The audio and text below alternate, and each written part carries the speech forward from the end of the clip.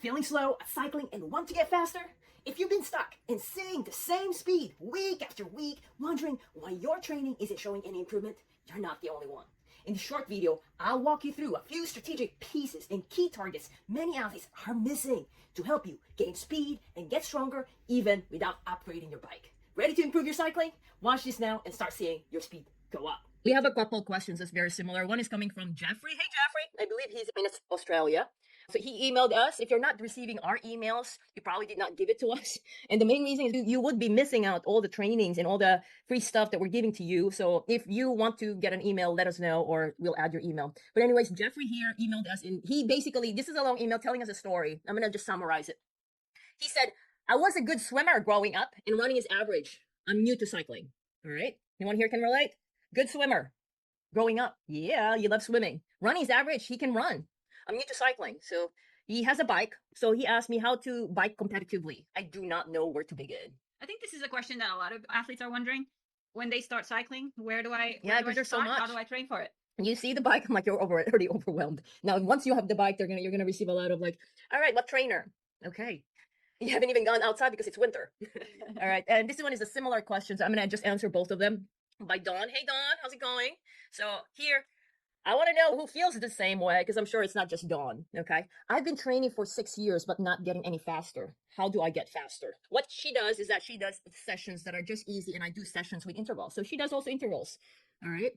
So anyone here who has the same question? So I want to know if this is something that's common. All right. Raise your hand if that's you. Yes. What's happening with your cycling, guys? Are you Put it in the comments. Are you new to cycling? You know, so well, it's winter. Or plateaued in cycling. Or plateaued in cycling. Or for example, yeah, I have experience. I've been doing century rides. I've been trying to beat this century time on this century course, but I've never gotten like I put so much time. I even with 365 days of cycling, because we do have that athlete. All right. I don't know, Brian, are you there? So we do have that athlete. Like I did 365 days of cycling. I just want to get faster. You want to hear? I just want to get faster. I just want to make sure that the time that I put in cycling, I get something back. Of course we do want that, right? Yeah. Yes. Being healthy is good, but we want to get faster, right? So, well, guess what? Winter time is a great time, perfect way to build strength and confidence before the race season, especially if it's cold. Hopefully you have a trainer at home. It doesn't have to be a smart trainer. Seriously, it can be a dumb trainer or something that's just as long as it's cold.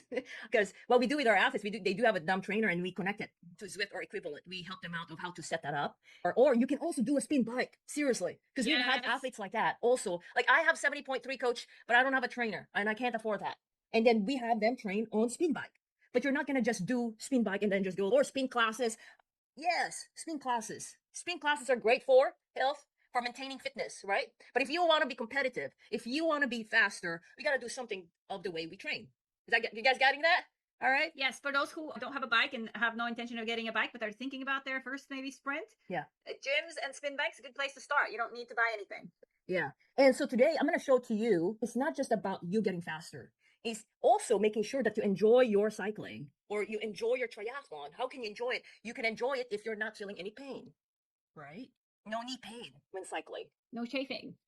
Okay. For example, here we have Madison who wanted to do 70.3. And coach, I have Massachusetts 70.3. And he said, coach, I'm doing this one. I got an online plan, but I'm not sure if I could be confident. I know I was like doing my best, following the plan. It was a 16 weeks. And then he reached out to us. It's mainly because he was going to the spin bike. He's going hard. And he was having trouble with knee pain. He cannot stand long because of his knee pain. It's not that he's weak. It's just because it's bothering him. Yeah, he even wore knee braces. Yeah. And I'm showing this to you so that you know that the way to train, it's not just about going faster. It's just basically maximizing the time that you put into training. Because if you have 1 hour training, right, you might as well do the right thing of training and then making sure that you don't get hurt. Who here wants that? Yes, I want speed. I want to be smart in using my time. And also I want to stay injury free because I'm doing this triathlon because I want to be happy, right? And healthy. Yeah. And healthy. So we have an athlete, Brian. So Brian is the man who works hard. He told us, coach, this year I biked 365 days. I did not miss anything. Any day he biked. And his time on a century ride was 6 hours, 15 minutes. It's the same century ride that he does every year. He loves the century rides near his home. And he told me, coach, but I had COVID and I've been going back into training, but my Achilles was hurting. We said, right, we want to bike without pain. And then if there's a setback, there are times like we don't get motivated, right? So how do we get back? And he said, Coach, I do have a century ride. That's my favorite ride. And it's coming up. It's in 6 weeks. Help me. All right. So I'm going to tell you today of what we did for Brian. What did he do to actually beat his personal record, got faster, and got his time to 5 hours and 45 minutes? Shaved off 30 minutes from his previous time that's been like just he goes and it's like always over 6 hours. That's a big difference, right? Big difference. 30 minutes shaving off. And what did we do? I'm going to tell you today. And then also, what did we do with Madison? Okay, he lives in Boston, so it was very cold during training. And we're in after that, he did not have any pain. Okay, and crushed his 70.3 in 4 months. So let me show you. I'm very excited for everybody to know this one. Yeah, this is very important. Actually, this is my own game changer because I didn't know. Remember earlier I said, all I know was like, I'm going to go to point one to point B. I'm the one who works hard. You put me there, I'm going to finish it no matter what. That's how my mind it has always been and still is, but this time I'm much smarter, okay? Because I need my time. I want to be smart in using my time. And I would love to know which ones here you could be missing. All right, so I'm going to explain the best I can. I will give you some training resources that you can have access in a bit. But right now, let me explain this to you. So before, I was like endurance. You'll see if you haven't looked at my website or our Feisty Fox coaching website, I'm on endurance. Like seriously, yeah, I go long. 300, 400, 500. But I do this one. Was I getting faster? I was getting healthier, I guess. Maybe, maybe not, right? But I know I was getting the endurance. Wherein you go long, you have more endurance. You were working the lungs, you were working the endurance. I have more muscular endurance. I can go long. But then I want to be fast.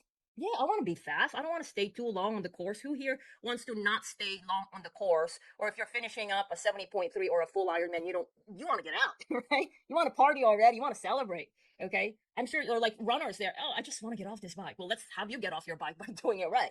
So here we go. So let me help you out. And this one is actually a game changer for me, wherein I transformed my running because I got great at biking.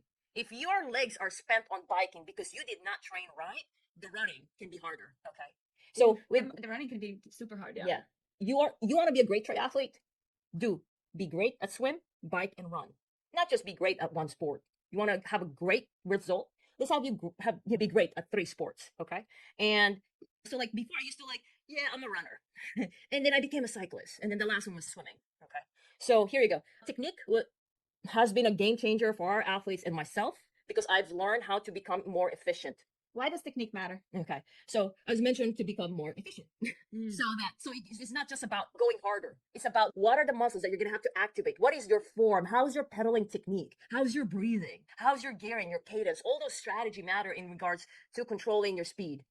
And then also how you hold your handlebar, how you position wherein you're not getting the drag, especially when there's headwind. So they're all interrelated. So race skills. If there's headwind, there's tailwind, there's heels, you want to make sure you are practicing the right technique and you're holding your form. Now, what's more important about this one is that as you go longer, your body gets tired. So now you want to be able to hold that form much better. But a lot of athletes, they start getting tired. They're like, I just want to go on. But I'm going to tell you right now, one of my secrets. So when I would be getting tired, I'm going to ask myself, how's my nutrition? How's my breathing? How's my RPE? What's my power? Okay, what do I need? How am I positioning myself? Am I doing still my pedaling technique? Because I want to be smarter. It's not about going hard, just like pushing through. I want to maximize the energy that I do have so I can endure all the way to the run. I do the same thing on the run. When I'm getting tired, I honestly, speed is important. Speed is more of the outcome. But for you to get the outcome of speed, we need to control the variables.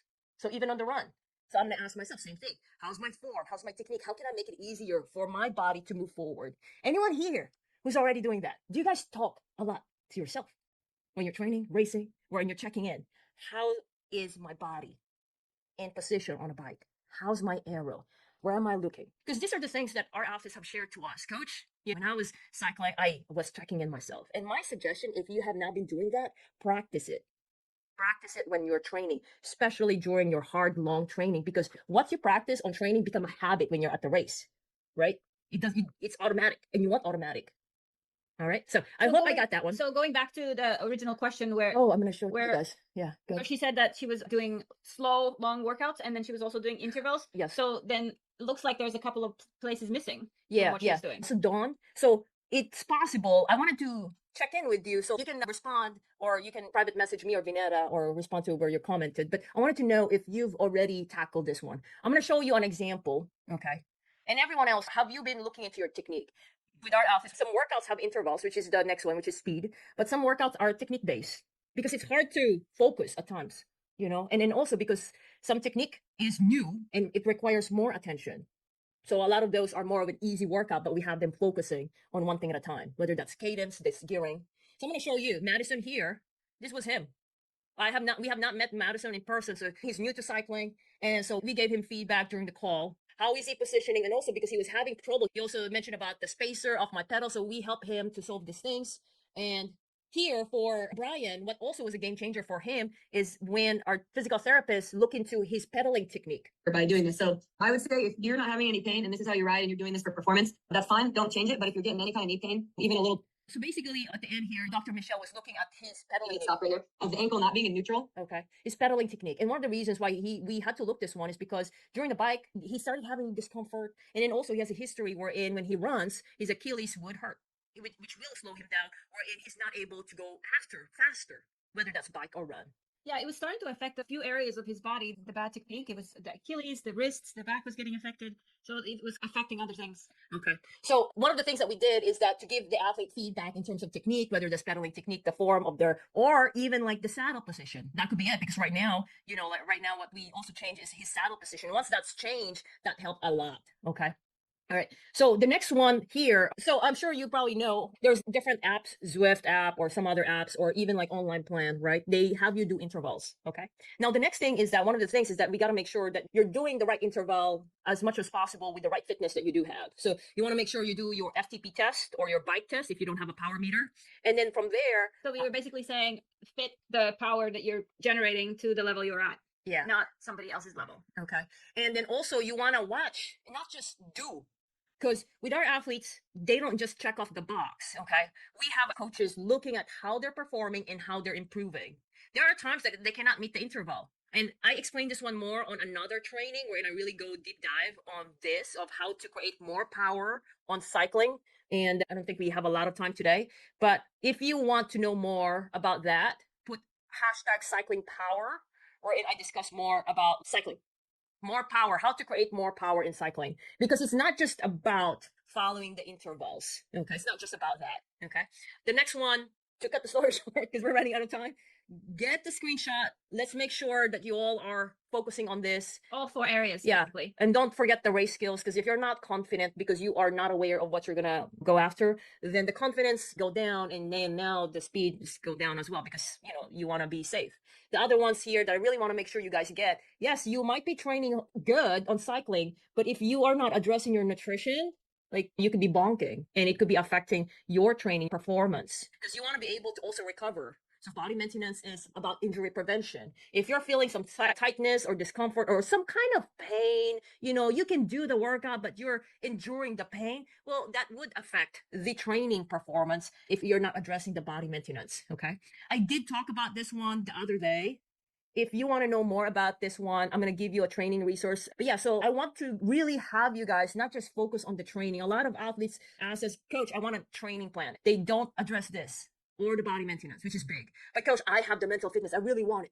But these two are usually neglected. Or there are some athletes are really doing this one, but no one's really giving them feedback of how to dial in. They tend to go to just research, but just going through on your own, it's hard because we don't know everything, right? So, all right. So let me move to this one. Just give you actionable steps as a summary. Yes, let's do action steps. All right. Master your trainer session if you're training indoors for now. Okay. So work on steady efforts and definitely cadence drills.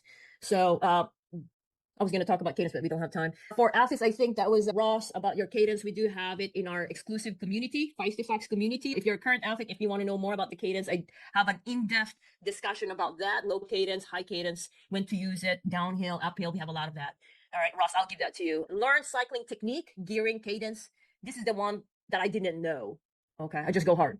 Yeah, use intervals to learn when to shift gears for efficiency. And that includes, what do you do when you're like about to go downhill and then now you're going to go uphill?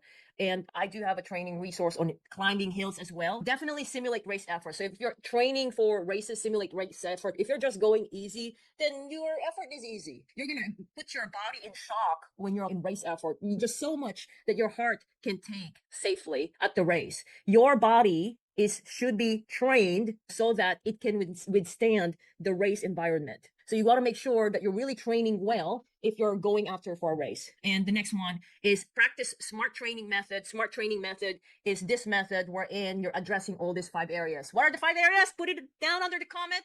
Training, nutrition, body maintenance, mental fitness, race strategy. Awesome. What are you guys learning? We're covering a lot and we're going pretty fast. So what are you guys catching? Put it in the comments. I want Are you to guys see. still there?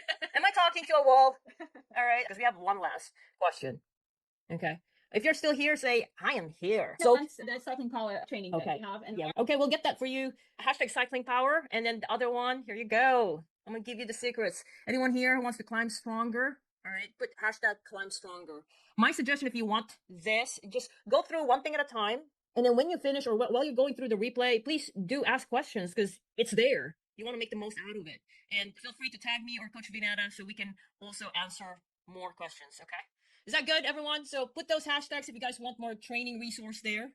Also, with the smart training method, if you guys have not had this, by the way, we're celebrating on my second book, which is as of right now is free downloads, Unstoppable, the Smart Training Method for Busy Athletes. I talked about smart training methods there. I talked about the strong bike also there. So if you want that, you're going to get a lot from it. yeah, It's only like a month. Okay, 1,000. If you don't have it, my suggestion, put that up while it's still free. And we're just basically giving it away. It's on my timeline. Okay, so when we started, it was like 300 right away. So here, okay, so right here on the website, it's called feistyfoxcoaching.com. At the top, there's the book here, and you can download free. Or you can go to my timeline if you're not my friend or you're not following me. Yeah, it's public, so you guys can do that. Is that good? And then the next thing we talk about technique, something that not a lot of people know yet. If you want that, let me go back. Technique on the biking. I also discussed a lot about that. If you don't want to be reading, well, I'm gonna give you video. If you want the video, we have a video course of triathlon, which is called Starter Kit. If you go to our website, Starter Kit here, I'm gonna show you the inside. Here, this is the inside. It's a course.